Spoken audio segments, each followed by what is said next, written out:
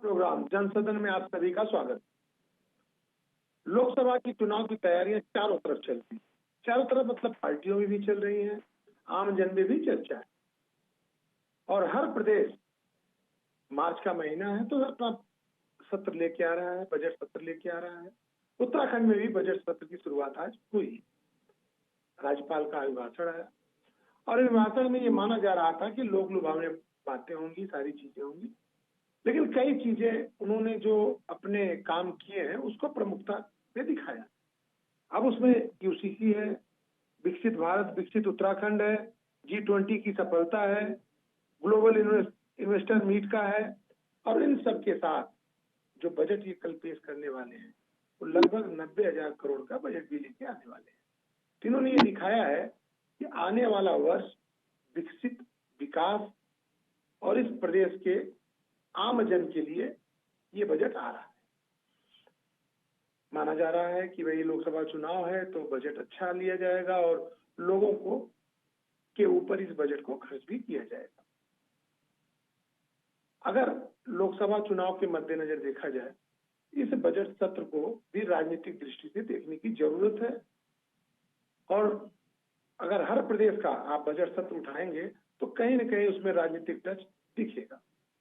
हम इसी पे चर्चा करेंगे कि क्या ऐसे लोकसभा के चुनाव के पहले जो ये राज्य अपने बजट लेके आते हैं, क्या उनका भी चुनाव के परिणाम पे फर्क पड़ता है या नहीं, यही मुख्य मुद्दा होगा। इसीलिए हमने आज ऐसे लोगों को बैठाया है जो केवल इस विषय पे चर्चा करेंगे कि चुनाव के पूर्व जो इस तरह के वादे, जो इस तरह के बजट सत्र होते हैं, जो वादे किए जाते हैं, क्या उनका लोकसभा के चुनाव में भी फर्क पड़ता है कि नहीं। इस महत्वपूर्ण चर्चा में हमारे साथ वरिष्ठ पत्रकार, हम लोग के हमेशा उत्तराखंड की नब्ज को समझने वाले, आपने सोशल मीडिया पे देखा होगा कि पहाड़ की हर उस चीज को आम जन तक पहुंचाते हैं जो ये राजनेता नहीं पहुंच पा रहे हैं। मनोज इस्टवाल जी, बहुत बहुत स्वागत है मनोज। राजनीतिक विश्लेषक के रूप में और पूरे देश में राजनीतिक हवा को लेकर के जब चर्चा चलती है तो उस पर बेबाक रूप से चाहे कांग्रेस हो चाहे भाजपा हो, अपनी टिप्पणी करने से बाज नहीं आते। ऐसे रवि शरण जी हमारे। रवि जी, बहुत बहुत स्वागत है। आज कांग्रेस के हैं तो प्रवक्ता, लेकिन हमने उनको सामाजिक रूप से जोड़ रखा है क्योंकि बहुत सी चीजें ऐसी हैं जो हम उनसे चाहेंगे कांग्रेस से इतर होकर के जवाब दें। मोहन काला जी, बहुत बहुत स्वागत है मोहन जी। सबसे पहले मैं मनोज जी के पास चलूंगा। मनोज जी, आज के जो पूरे सत्र की शुरुआत हुई है उसमें राज्यपाल के भाषण पे चर्चा करूंगा, लेकिन एक एक शब्द में मैं जानना चाहूंगा कि चुनाव से पहले, स्पेशली लोकसभा के चुनाव से पहले जो राज्य अपने बजट लाते हैं तो उसका जो एक शब्द जोड़ा जाता है कि लोक लुभावन बजट, क्या उसका भी चुनाव में फर्क पड़ता है? आप बिल्कुल सही कहा कि जो बजट आते हैं, जितने बजट, ये जो केंद्र ने बजट पेश किया था उन्होंने कोई गुंजाइश नहीं छोड़ी जी कि उसका लोक लुभावन जो स्वरूप है जी वो आम आदमी, आम जन तक पहुंचे। जी हमने बजट की जाकर तारीफ की है जी। ये बजट सिर्फ इसी सदन में क्यों आते हैं जब चुनाव नजदीक होते हैं, ये बड़ा प्रश्न है। इस समय भाजपा ने 90,000 करोड़ का बजट लाई है जी, ये भारी भरकम बजट कहा जा सकता है प्रदेश के लिए। उत्तराखंड जैसे प्रदेश के लिए छोटा प्रदेश है, लेकिन 5 लोकसभा सीटों पे यहाँ भी चुनाव होने।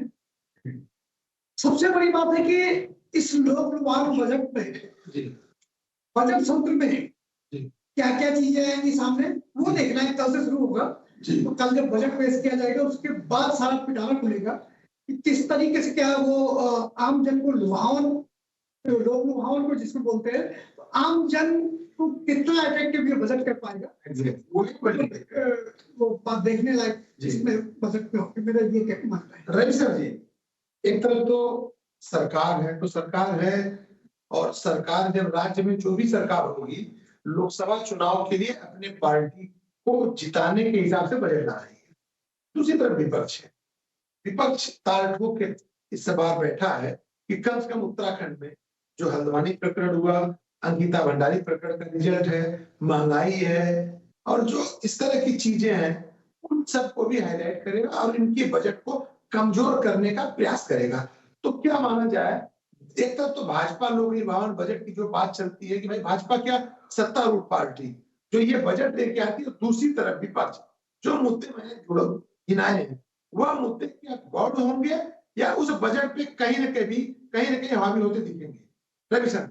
देखिए, चुनाव सन्निकट है, तो वे पार्टी जो भी हो, पक्ष में वो जरूर ऐसे कार्य करेगी जिससे जनता को इसका अटेंशन मिल सके।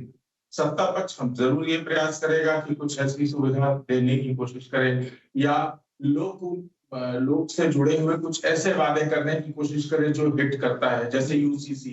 हालांकि यूसीसी का इम्प्लीमेंटेशन राज्य सरकार के लेवल पे करना अभी बहुत दूर की कौड़ी है, लेकिन ला दिया गया। चलिए, वो एक प्रयास है, वो आगे चलेगा। इसी तरह और भी चीजें हैं, अभी जो भी वो बजट पेश करें वो कल की बात। अब विपक्ष के पास क्या बच जाता है? विपक्ष के पास बच जाता है ये कि वो सरकार के सामने चुनौतियां खड़ी करे, जो गलतियां उनसे हुई हैं, या अगर गलतियां नहीं हुई हैं तो जो चीजें वो समयबद्ध तरीके से न कर पाए उसको उनके सामने खड़ा करे। प्रकरण आपने ज्यादातर गिनाई दिए हैं। बेसिकली इनके पास जो मुख्य प्रकरण है उसमें अंकिता भंडारी बहुत बड़ा प्रश्न है। उसके अलावा जो प्रश्न है उसमें सबसे बड़ा आजकल भू कानून का मुद्दा है। ये सरकार, यहाँ पे मैं बार बार कह रहा हूँ, मैं बहुत दिनों से कह रहा हूँ कि सरकार को ये देखना चाहिए कि जब आप कह रहे हो कि हम 3.5 लाख करोड़ का बजट लाए हैं, लोगों के साथ इन्वेस्टमेंट लाए हैं, लोगों के पास ले जा रहे हैं, इधर जनता ये कह रही है कि साहब भू कानून लाओ, तो आपको इसमें सामंजस्य बैठाना पड़ेगा। या तो व्यापारी भागेंगे या तो जनता भागेगी। सरकार ऐसा कोई कदम लेती हुई सामने प्रतीत नहीं हुई, हालांकि उन्होंने इन्वेस्टर मीट में बहुत बड़ा काम किया था। अब विपक्ष के पास क्या बच जाता है? विपक्ष के पास बच जाता है कि वो इन मुद्दों को हाईलाइट करे और हाईलाइट करके ये बताए कि सब देखिए, आलोचना का मतलब क्या होता है? कोई भी सरकार हो, मैं बार बार कहता हूं, सरकार को तो बीजेपी आ जाती क्योंकि बीजेपी ज्यादा राज कर रही है। अगर हम सरकार से कुछ कहते हैं कि साहब ये नहीं हुआ, ये आपकी कमी है, उसका मतलब सिर्फ इतना होता है कि साहब इसको करो। हम आपसे लड़ थोड़े रहे हैं, हमको लड़ने का मतलब भी नहीं है। आप सरकार में तो आप ही करोगे। तो जब हम विपक्ष में हैं या हम जनता की आवाज उठा रहे हैं या हम विपक्ष है, दूसरी पार्टी है, तो हमारा कर्तव्य भी बनता है कि हम जन सरोकार के मुद्दों को आपके सामने मजबूती से रखें। अब ये अलग बात है कि आप जन सरोकार के मामलों पे कितना हमारे साथ चलते हो, कितना इधर चलते हो। ये दिखा भी अभी कि पूरा जन सैलाब भू कानून को लेके सड़कों पे था और सरकार अलग यूसीसी की बात कर रही थी। ये दोनों बिल्कुल इतर बातें हैं। हालांकि सरकार जरूर कोशिश कर रही है कि उसको अपने तरह से करें, लेकिन निश्चित सी बात है, पक्ष है विपक्ष है, और सबसे बड़ी बात, पक्ष और विपक्ष का महासंग्राम सामने है। तो चुनाव के रूप में लोकतंत्र में दोनों का अधिकार भी बनता है। भारतीय जनता पार्टी के प्रतिनिधि भी लोग के साथ जुड़ेंगे। मोहन काला जी, राजनीति को आप लोग बड़े नजदीक से समझते हैं, और कांग्रेस की राजनीति सत्ता पक्ष में रह करके जिस तरह से इतने वर्षों तक आप सत्ता के शीर्ष पे रहे, बहुत से निर्णय भी किए, महत्वपूर्ण निर्णय भी हुआ, आरोप भी लगे, सब कुछ हुआ। आज आप जब विपक्ष में हैं तो कई बार आरोप लगता है कि जितनी काबिलियत से आपने 70 साल से ज्यादा सरकार चलाई, उतनी काबिलियत से विपक्ष का रोल नहीं अदा कर पा रहा है।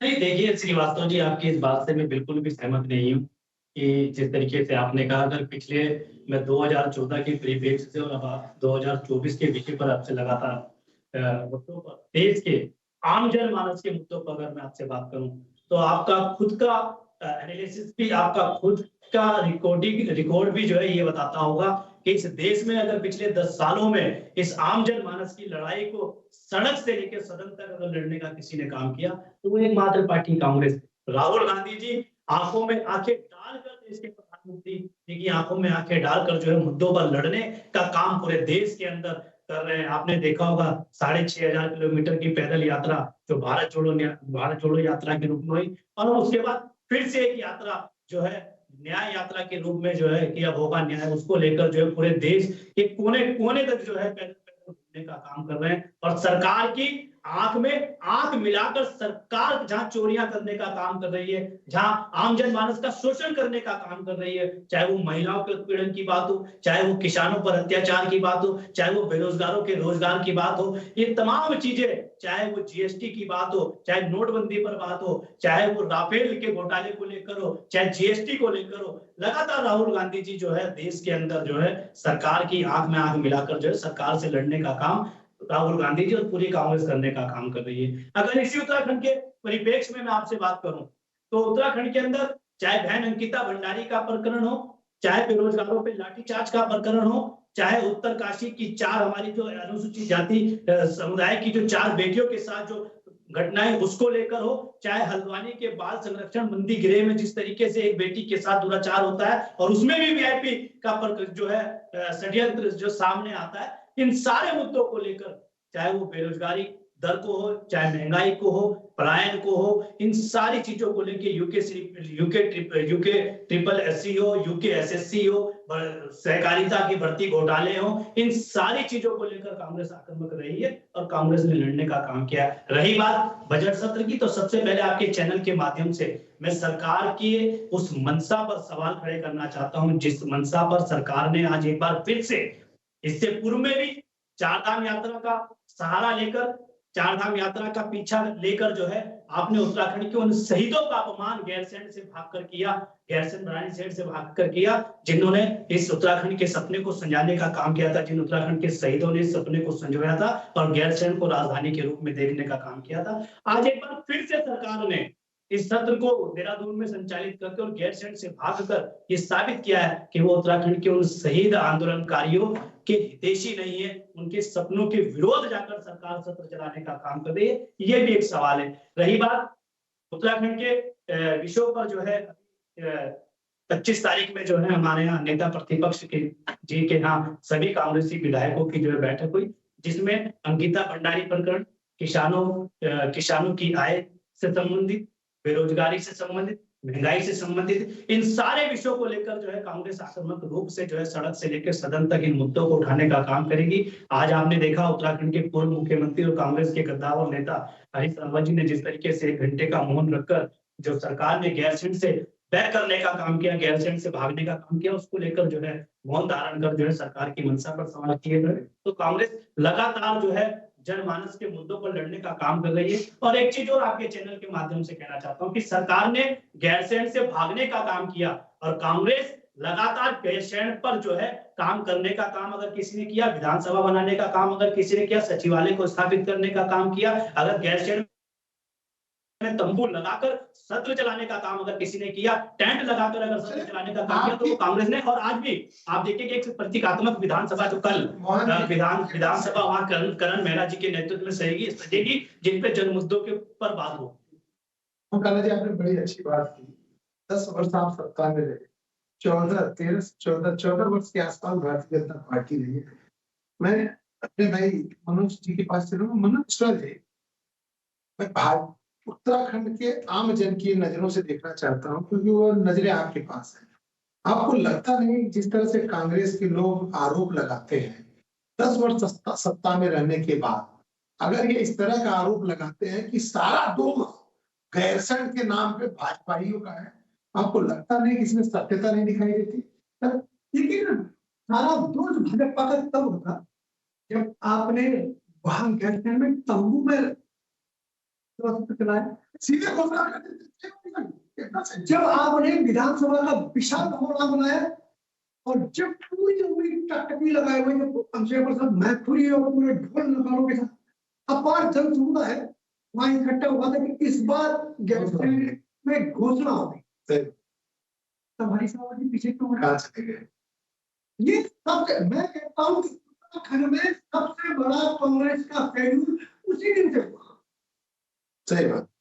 पहाड़ का जो एक जनमानस है, जो पहाड़ ने सपने देखे उत्तराखंड राज्य निर्माण के, उसके पीछे उसकी टूटती रीढ़, जो उसके गांव बंजर हो रहे हैं, खेत खलियान बंजर हो रहे हैं, प्रकृति का दोहन खुला हो रहा है। आप खनन देखिए कितना फलता फूलता नजर आ रहा है। इस सरकार में भी और पीछे भी इन मुद्दों को कांग्रेस ने वहां खो दिया जहां आपने क्या कहते हैं अंशा प्रसाद मैत्री जो उपाध्यक्ष थे और पूरी उम्मीद थी कि इस बार गैरसैंण राजधानी घोषित हो जाएगी। आपने वो चूका, उल्टा भाजपा ने उसको कम से कम एक पक्षीय राजधानी तो बना दिया। सही बात। आज कोई नहीं कह रहा है, ऊपर का जनमानस भी नहीं कह रहा कि आप गैरसैंण गए और गैरसैंण में आपने क्या कहते हैं ये बोला कि साहब हम यहाँ चाह रहे थे सब विधानसभा सत्र वहां हो गया। आज पब्लिक को कोई इंटरेस्ट नहीं रहा कि वो देहरादून में कर रहे हैं या वहां कर रहे हैं। पिछली सरकार में क्या हुआ था जब इंदिरा गांधी ने बोला कि वहां ठंड लगती है, सही बात। अच्छा, मुझे लगता है कि भाजपा और कांग्रेस दो ऐसे चेहरे हैं जो सिर्फ और सिर्फ बराबर के दोषी है, आईना दिखाते हैं और पीछे हट जाते हैं, बराबर के दोषी है। और इसको सुधारने के लिए पहले जनमानस को टटोलने की कला आनी चाहिए। विधानसभा ऐसा तो नहीं क्योंकि जितने राज्य बने हैं जी, आप देखिए पिछले समय में वहां पे क्षेत्रीय पार्टियों के मजबूत होने का कारण रहा कि उन्होंने क्षेत्रीय मुद्दों को प्रमुखता दी और उत्तराखंड में क्षेत्रीय पार्टियों के न पनपने का कारण है कि वह क्षेत्रीय मुद्दे उनके गौड़ हो चुके उनके लिए न पनपने के कारण खुद क्षेत्रीय पार्टी है यूनिटी को लेकर विश्वास क्या कर रहा है। उन्होंने क्या किया, बोल रहे जिसकी सरकार बनी उसी की पूरा छत्यानाश।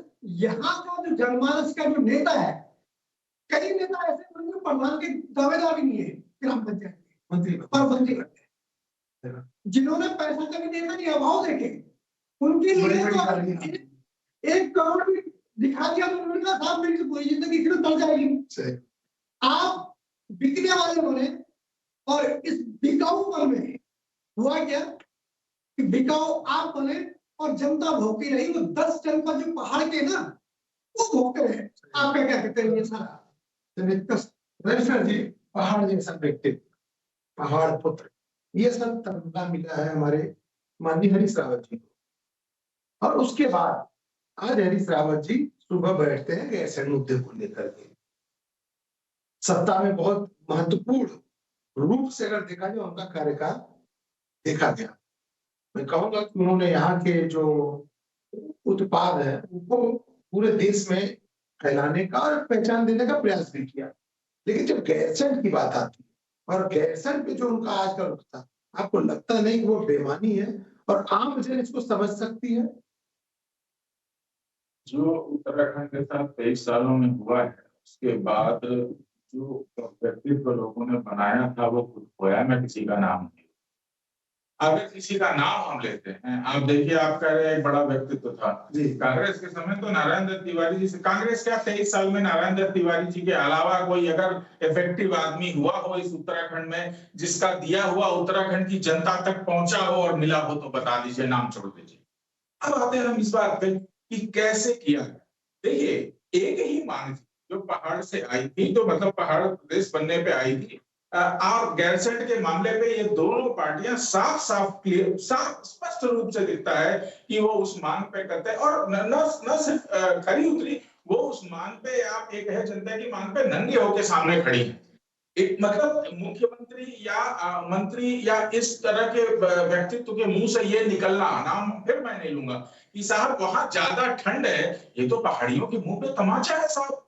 आपने सीधा सीधा खींच के तमाचा मारा है, इससे ज्यादा आप और क्या कर सकते हैं। जिस मांग के लिए उन्होंने अपना जीवन दे दिया, सब कुछ दे दिया, और उसके बाद आप कैसे जाने के लिए आपको याद होगा 5 दिन का सत्र दूसरे दिन खत्म कर दिया था ठंड के नाते। सिर्फ यही नहीं फिर सर, आप ठीक है, मैं बिल्कुल मान लिया कि ठंड के नाते खत्म कर दिया। आप थे उस समय, आप उसी आंदोलन की उपज है, उसी की वजह से आपको प्रदेश मिला है, उसी की वजह से आप मुख्यमंत्री हैं, मंत्री हैं या जो कुछ भी है। आप जनता से ये कैसे कह सकते हैं कि साहब ठंड की वजह से हम वहां नहीं जाएंगे? आप बताएं, आप पहाड़ी प्रदेश में है ना, पहाड़ी प्रदेश में है ना, आप मध्य प्रदेश में बैठे हुए हैं, आप मध्य प्रदेश के मुख्यमंत्री या मंत्री अधिकारियों को ठंड जतानी थी, वो अधिकारी तो घूम के आए ऊपर तक। उन्होंने साबित किया कि हम ठंड के बाद कोई भी जनता हम पे उंगली न उठाए कि हाँ हम ठंड के कारण ये सब नहीं रोक रहे। बिल्कुल वो तो रुक गए। बिल्कुल आप समझने की कोशिश कीजिए किस तरह से चीजों को किया जा रहा है। पहाड़ बिल्कुल वीरान हो गए हैं, आप पहाड़ों की स्थिति देखिए, पलायन की स्थिति देख लीजिए किस तरह, ये इसी तरह का नकारापन है, कभी एक पार्टी का कभी दूसरी पार्टी का। ये लोग जब विदा, आप बताइए जब इनको वेटेज चाहिए था सिलक्यारा टनल में, ऑलमोस्ट पूरी की पूरी वो ले जाके उन्होंने बैठा दी थी, वो डीजीपी बैठा था और वहां पे सचिव बैठा था, मुख्यमंत्री हर दिन जा रहा था। जब आप सिलक्यारा टनल के समय पे बैठ सकते हैं तो बैक साइड में क्यों नहीं बैठ सकते? ये सिर्फ आपके अपने तुच्छ सोच मैं इसलिए कह रहा हूं कि आप पहाड़ी प्रदेश का नेतृत्व कर रहे हैं, तुच्छ सोच को प्रदर्शित करता है। और जो आप लोगों ने किया है, चाहे वो कांग्रेस ने किया चाहे भाजपा ने किया, जो आपने किया है कि ठंड लग रही है, आप समझ नहीं रहे हैं, आपने पहाड़ी जनता के, आम जनता के मुंह पे खींच के तमाचा मारा है। वहां जो इंफ्रास्ट्रक्चर है, मैं स्पेशली बात करूंगा, अगर बिल्डिंग की बात करूं, जिस तरह का सदन, जिस तरह का भवन तैयार हुआ है और इतना सुंदर पहाड़ी भावनाओं के अनुसार, पहाड़ी प्रकृति के अनुसार, और उसका अगर उपयोग नहीं हो रहा है तो कल के डेट में इतिहास को कैसे जवाब देगा? तो सर मैं यही तो कह रहा हूँ कि यही कारण है जिसकी वजह से पहाड़ बंजर होते जा रहे हैं। मैं यही तो कह रहा हूँ, वहां पहाड़ बन गया, सब कुछ बन गया। आप देखिए ना, मैदानी प्रदेशों में देख लीजिए, वहां गर्मी की ज्यादा समस्या होती है क्या? वहां मंच पे एसी लगा के भाषण नहीं होते, चुनावी सभाएं नहीं होती, लोग 12 जैसे प्रदेशों में जहां पे दिन का पारा तो उठता है 50 तक, चूरू जैसे जगहों पे क्या कैंप नहीं करते? क्या मजाक बना के रख दिया है प्रदेश की सरकारों ने? दो विषय है, एक तो ये है कि हकीकत में जो पहाड़ के लोग हैं, अगर वो ठंड से डर रहे हैं, मैं पॉलिटिकल बात कर रहा हूँ, पॉलिटिकल पर्सन की बात, तो क्या सही में हकीकत में इस प्रदेश का जो निर्माण हुआ वो गलत हुआ? क्योंकि जहां हम रह रहे हैं, हम वहीं पे ऐसा एक्सक्यूज दे रहे हैं जो कि किसी को सुनने को तैयार नहीं। दूसरी चीज, चुनाव में आपने अभी आपने सत्र में कई मुद्दों को लेकर के घेरने की बात करी है, लेकिन इस समय जो सबसे ज्वलंत कांग्रेस किसान सड़कों पर, किसान के लिए भी क्या कोई रोड मैप आपने तैयार किया है कि अगर किसान के साथ ईमानदारी से निर्णय नहीं हुआ तो क्या जो देश में विरोध चल रहा है, उत्तराखंड में क्या हुआ विरोध आप लेकर के सड़कों पे उतरेंगे? भले किसान नहीं चाहते, लेकिन आप क्या चाहते हैं सर? देखिए, आपने 2 सवाल किए हैं। 2 सवालों में मैं पहले सवाल पर आपके गैरसैंण के विषय पर आता हूँ। हमारे जो वरिष्ठ पत्रकार के रूप में बैठे हैं, जो राजनीतिक विश्लेषण के रूप में बैठे हैं, उन्होंने अपनी बातों को रखने का काम किया। और गैरसैंण के परिप्रेक्ष्य में मैं आपसे बात इसलिए करने के लिए यहाँ कह रहा हूँ क्योंकि बिना केंद्र सरकार की मदद के, पहली बात तो भारतीय जनता पार्टी की जो मंसूबे थे, भारतीय जनता पार्टी की जो सोच थी, वो पहले दिन तभी उजागर होती है जब उत्तराखंड राज्य की स्थापना होती है, क्योंकि इस उत्तराखंड राज्य के साथ साथ 2 अन्य राज्यों की भी स्थापना हुई। और आपने क्या किया, केंद्र सरकार ने कि उन दोनों राज्यों को स्थायी राजधानी देने का काम किया, उत्तराखंड को आपने स्थायी राजधानी देने का काम नहीं किया, पहली बात। दूसरा, अगर गैरसैंण के परिप्रेक्ष्य में मैं आपसे बात करने का काम करूं, गैरसैंण में मैं इसलिए कह रहा हूं क्योंकि बिना केंद्र सरकार की मदद के, आप चाहे मैं आपसे 2014 के बाद के गैरसैंण विषय पर जो आपने अभी इंफ्रास्ट्रक्चर की बात करी, जो आपने बिल्डिंग की बात करी, वो बिल्डिंग अगर वहां खड़ी हुई है तो वो कांग्रेस सरकार के मंसूबे थे, वो कांग्रेस सरकार की मजबूत नीयत थी, जो बिना किसी रोक रुकावट के उस चीज को वहां खड़ा करने का काम अगर वहां किया तो वो कांग्रेस की सरकार ने किया। और बिना केंद्र सरकार की, क्योंकि 1000 करोड़ के पैकेज की हमने गैरसैंण को लेकर मांग की थी उस वक्त केंद्र सरकार से, देश के प्रधानमंत्री नरेंद्र मोदी से, पर किसी भी प्रकार की कोई सहायता न होने के बावजूद भी, और हमने वहां पर राजधानी के गैरसैंण के चलते जो है वहां पर विधानसभा से लेकर सचिवालय को स्थापित करने का काम किया। हाँ, ये वाकई में सोचनीय विषय है जो आपने कहा, क्योंकि हम पर्वतीय राज्य में हैं और पर्वतीय राज्य में ठंड होगी निश्चित तौर पे, पर उसका बहाना बनाकर भागने से काम नहीं चलेगा, क्योंकि ये आमजन मानस के जो मुद्दे हैं, वो आमजन मानस के मुद्दे भाई सड़क से लेकर सदन तक उठते हैं। जो कुछ मुद्दे अगर सड़क पर बच जाते हैं तो उसे हमारे जो चुने हुए प्रतिनिधि है वो असेंबली में उठाने का काम करते हैं। और अगर इस तरीके से चलेगा तो निश्चित तौर पर ये सोचनीय है, और इसीलिए हम लगातार कह रहे हैं, और इसीलिए प्रतीकात्मक विधानसभा सजाने का काम वहां पर कांग्रेस कर रही है। और आप जिस तरीके से आपने जो किसानों के परिप्रेक्ष्य में बात की है, अगर मैं इससे पहले चाहे मंदसौर मध्य प्रदेश के अंदर जब किसानों पर गोली चली, तो उनकी अगर लड़ाई को लड़ने का काम किया, किसानों की बात को अगर करने का किसी ने काम किया, तो लगातार कांग्रेस ने किसानों की लड़ाई में उनके साथ खड़े होकर लड़ने का काम किया। इससे पूर्व में जब दिल्ली के अंदर जो है किसान अपनी मांगों को लेकर जो है धरने पर थे और 700 से ज्यादा किसानों की हत्या उस आंदोलन में हुई, तब भी कांग्रेस लगातार किसानों के समर्थन में खड़ी थी। और आज भी जिस तरीके से नेता प्रतिपक्ष जी ने कहा कि किसानों के जो एमएसपी को लेकर जो है उसको कांग्रेस आक्रामक तरीके से विधानसभा में उठाने का काम करेगी, चाहे हम आपसे इकबालपुर चीनी मिल के विषय में बात करें, चाहे डोईवाला चीनी मिल के विषय में बात करें, चाहे गन्ना बकाया को लेकर बात करें, चाहे किसानों के बकाया को लेकर, लगातार कांग्रेस जो है सड़क से लेकर सदन तक किसानों की लड़ाई को, बेरोजगारों की लड़ाई को, आम जनमानस की लड़ाई को लड़ने का काम करती है। अब अभी जैसा आपने कहा कि 90,000 करोड़ का जो है ये बजट इस बार जो है धामी जी के नेतृत्व में जो ये सरकार आने जाएगी। इससे पहले अगर मैं 2022 और 23 के बजट पर अगर आपसे बात करूं तो 65,000 करोड़ रुपए का बजट था। इससे पूर्व में मैं पूछना चाहता हूं धरातल पर आपने क्या देने का काम किया? एनसीआरबी की रिपोर्ट 2023 जो सबसे ज्यादा चिंतित करती है मैं इस प्रदेश के अंदर, वो हमारी मातृ शक्ति के लिए करती है कि 900 से ज्यादा महिलाएं यहाँ पर गायब हो गई और 778 से ज्यादा महिलाओं के साथ यहाँ यौन शोषण के मुकदमे जो मामले सामने आए हैं। तो ये रिपोर्टें बता रही हैं कि कितनी चिंता का विषय प्रदेश बना। और अब देखना ये होगा इस बजट में, अब कल सरकार, क्योंकि आज तो महामहिम राज्यपाल जी का अभिभाषण था, और इसके बाद अब देखना होगा कि यहाँ सरकारी स्कूलों के लिए बजट क्या आता है, उच्च शिक्षा पर सरकार क्या लाती है, बेरोजगारों के लिए क्या लाती है, महंगाई पर क्या लेकर आती है, उच्च तकनीकी पर क्या लेकर आती है, तो ये देखना सरकार पर। आपने बात की उस रिपोर्ट पे हम लोगों को चर्चा करना था, आज ऑफिस में अपनी बात की, लेकिन आज सत्र शुरू हुआ था तो आप लोगों के साथ इसलिए बैठा गया और उसी पे चर्चा कर आपने बात कही कि आप सदन में से लेकर सड़क पर एमएसपी की बात करेंगे। 8 साल का नदारत में जब आपकी केंद्र में सरकार थी और एमएसपी की जरूरत थी और एमएसपी की उस समय भी मांग की जा रही थी, तो आमजन पूछना चाहता है, मीडिया के नाते नहीं, आमजन पूछना चाहता है। आमजन अगर मैं आपसे आमजन के विषय पर, अगर आपसे आमजन पे ही मैं आपसे बात कर रहा हूँ, अगर आप 10 साल में हमारे सरदार मनमोहन सिंह जी की सरकार का कार्यकाल उठाकर देखेंगे तो किसानों के 72,000 करोड़ से ज्यादा का जो कर्ज माफी का काम था वो कांग्रेस की सरकार में होने का काम हुआ। किसानों के उत्थान के लिए अगर काम हुआ, आप 10 साल की सरकार में, अगर मुझे आप एक वरिष्ठ पत्रकार के रूप में यहाँ बैठे हुए हैं, आप मुझे बता दीजिए कि उस 10 साल की सरकार में यहाँ होने का काम है। 10 साल की सरकार में किसानों पर गोली चलाने का काम नहीं किया कांग्रेस ने, किसानों पर गाड़ी चलाने का काम नहीं किया किसानों पर भाजपा की तरह। और अगर आप 10 साल के समय छात्रों पे भी हुआ, आपके समय बेरोजगारों पे हुआ, मैं उस पर चाहिए। मैं आपने प्रश्न कहा एमएसपी को लेकर सरकार को लेकर, तो मेरा ये मानना था केवल एमएसपी को लेकर के 2006 हमें जो अभी याद है कि 2006 में शायद रिपोर्ट सबमिट हुई थी और आपकी सरकार थी, आपकी सरकार 14 में गई है। ये जो 8 वर्ष था, उस 8 वर्ष में भी एमएसपी पे कोई विशेष आप लोगों ने ध्यान नहीं दिया। मैं लौटूंगा आपके पास सर, आपसे जानना चाहूंगा क्योंकि ये महत्वपूर्ण मुद्दा है।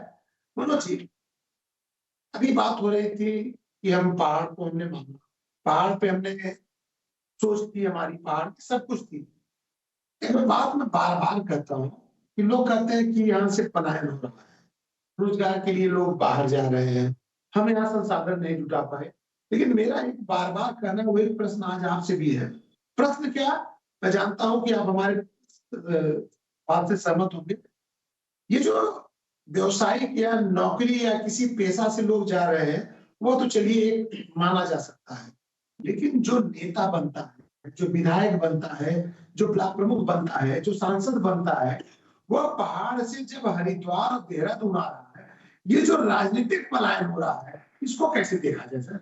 क्योंकि कोई आदमी, जो आदमी जिस दिन विधायक बना, मैं तो रिकॉर्ड बता सकता हूँ सर, एक साल के अंदर देहरादून में उसका मकान बना।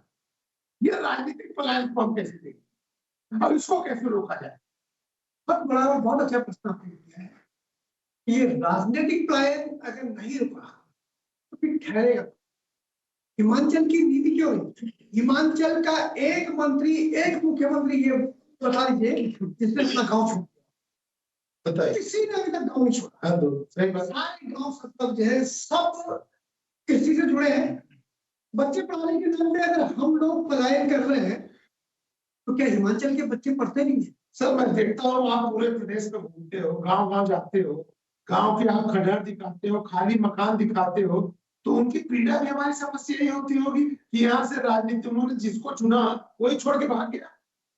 सब चाहिए कि सबसे पहले जो भगदड़ मचाई आपने खुद मचाई। मैं डॉक्टर निशंक की सरकार के टाइम पे जब पौड़ी से मदद मुखायला से बहुत सारे कार्यालय देहरादून शिफ्ट किए गए तो लोग फूली गालियां देते हुए, चलिए किसी पे एक शब्द एक जवाब ले लेता हूँ। रवि सर जी, क्या इस राजनीतिक पलायन को रोकने की जरूरत है? सबसे पहले किसी राजनीतिक पलायन को रोकने की जरूरत थी। इसी की तो स्थिति आज ये हो रही है कि आपको ये बयान देना पड़ रहा है कि साहब वहाँ ठंड है। यही कारण है, मूल कारण। आप तो मैदानी माहौल को भी देखते हैं, पहाड़ से भी आप आते हैं, तो क्या लगता नहीं कि कांग्रेस को इसकी शुरुआत करनी चाहिए कि जो आदमी जहां से विधायक बना है, जो धारचूला से बना है, तो देहरादून नहीं आएगा? जरूरत है इसकी सर? समझा नहीं आपने क्या कहा? मेरा मतलब जो आदमी पहाड़ से प्रतिनिधित्व के रूप में चुना जाएगा, सांसद या विधायक, आज ये रोक लगाने की जरूरत है कि आप पहाड़ पे हो वहीं सेवा करो, आप देहरादून हरिद्वार नहीं आओगे। निश्चित तौर पर देखिए, अगर धारचूला से कोई विधायक है तो वो धारचूला के विकास के यही काम करेगा। अगर कोई हरिद्वार से है, अगर वो हरिद्वार से है तो वो हरिद्वार के विकास के लिए काम करेगा। पर हाँ, ये चिंता का विषय है कि जिस तरीके से पहाड़ पर जिस तरीके से लोग विधायक बन रहे हैं और अब वो जिस तरीके से उनका निवास स्थान बदलने का काम, ये मैं आपसे इस पर मैं कहना चाहूंगा कि वाकई में चिंता का विषय कि अगर मैं पौड़ी से या टिहरी से या श्रीनगर से या मैं क्या बोलते हैं आपका नरेंद्र नगर से जीत कर आया हूं या मैं अन्य किसी और जनपद से जीत कर आया हूं, तो मेरा औचित्य बनता है, क्योंकि आज अगर हम पलायन पर बात कर रहे हैं तो पलायन को रोकने के लिए कठोर कदम उठाने की आवश्यकता है। धन्यवाद मोहन जी, धन्यवाद मनोज जी और धन्यवाद रविशरण जी। विषय कही है,